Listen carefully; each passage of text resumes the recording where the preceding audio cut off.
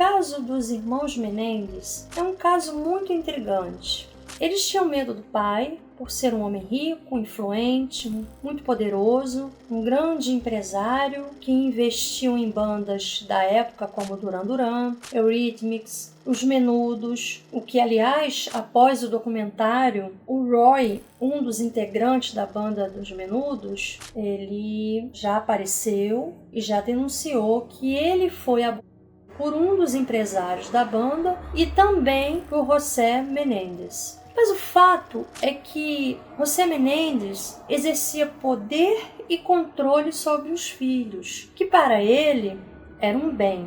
Uma das situações vividas pelos irmãos na infância que me chamou a atenção, que foi testemunhado por um dos tios que presenciou uma cena naquela casa em que José Menendez pede para que um dos meninos suba numa cadeira alta e salte, que ele o protegeria. O menino, confiante, pulou. Quando ele pulou, o pai deu um passo para trás e deixou o menino cair propositalmente. Então ele diz para o seu filho nunca confiar em ninguém, por acreditar ser a forma mais assertiva de educá-lo. Outra situação, também testemunhada por um dos tios, foi quando Lyle tinha 5 anos e seu pai deu um na barriga da criança de punho fechado. O tio tentou intervir, dizendo que não precisava fazer isso. E José Menendez respondeu que os filhos eram dele e que ele faria o que ele bem entendesse. Só por esses 2 fatos já gera na criança abandono afetivo pelo ato violento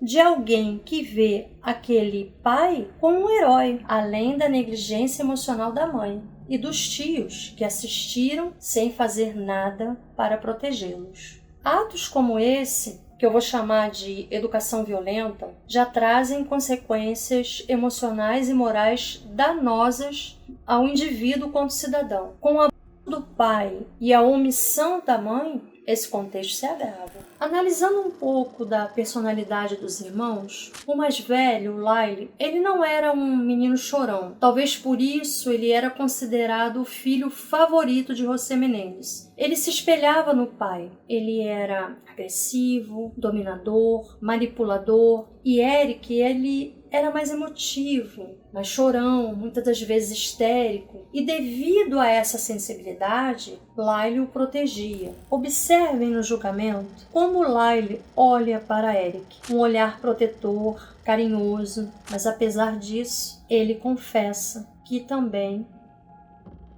do irmão. E lá no julgamento pede perdão, se arrepende, mas ele não deixou de cometer o mesmo ato do pai. A literatura aponta a complexidade das variáveis que devem ser consideradas a partir das consequências da violência na vida da criança e do adolescente, que tanto podem ter efeitos mínimos quanto podem desenvolver graves problemas sociais e psíquicos.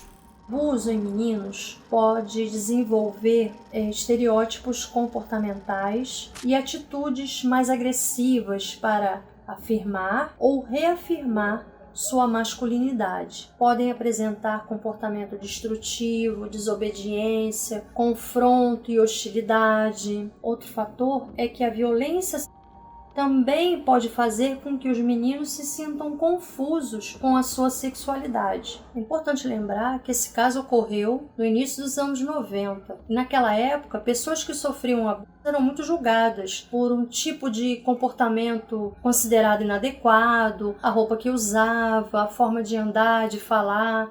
Tudo era questionado para justificar o injustificável. Além disso, em meninos e ainda pelo pai era inimaginável, principalmente em famílias de alto padrão econômico, social. Reparem uma situação muito curiosa. O júri era composto por homens e mulheres. Quem levanta a mão apoiando a condenação por crime doloso foram os homens. Isso justifica muito a mentalidade da época. O pai é a representatividade masculina. Não se poderia admitir essa mancha em suas virilidades, segundo Bourdieu. Já as mulheres foram mais empáticas e votaram para a condenação por crime culposo, que diminuiria a pena deles. Essa compreensão feminina se dá devido às experiências pessoais de abuso, do estigma, do silenciamento e muitas das vezes descredibilizadas. Diferente do caso da Suzanne Richthofen,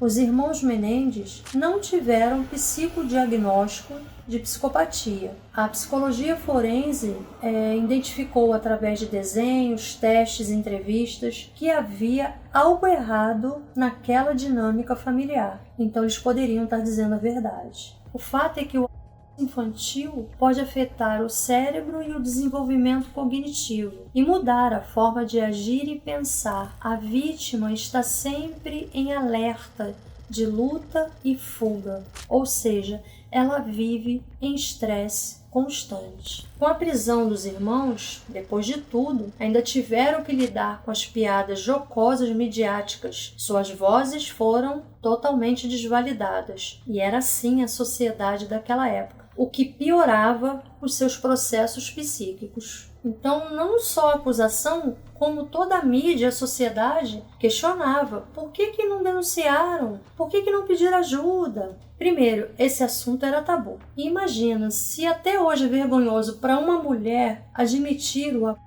imagina para um jovem dos anos 90. E além disso, a pessoa carrega muita culpa. E por fim, a promotoria alegou que ninguém que é abusado sai matando o abusador por aí. Ora, o que faltou esclarecer é que essa é uma reação subjetiva. O que você, mãe, faria se soubesse que seu filho estava sendo abusado dentro de casa? Eles não tiveram essa opção, porque eles não tiveram a proteção da mãe. Outra coisa importante para a gente entender, quando a pessoa abusada se liberta, ocorre uma grande quantidade de adrenalina que faz com que ela tenha comportamentos estranhos, como, por exemplo, comprar compulsivamente, para sentir a sensação de liberdade que ela não sentia antes. O Eric chegou a contar que a vida dele na prisão era mais confortável no sentido emocional do que a vida dele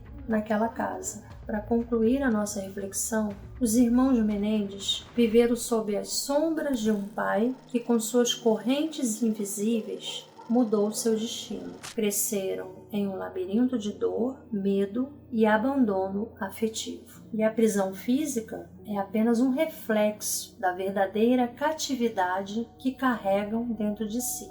E assim, continuam aprisionados não apenas nas paredes de uma cela, mas nas memórias que os definem, onde a liberdade é apenas um sonho distante.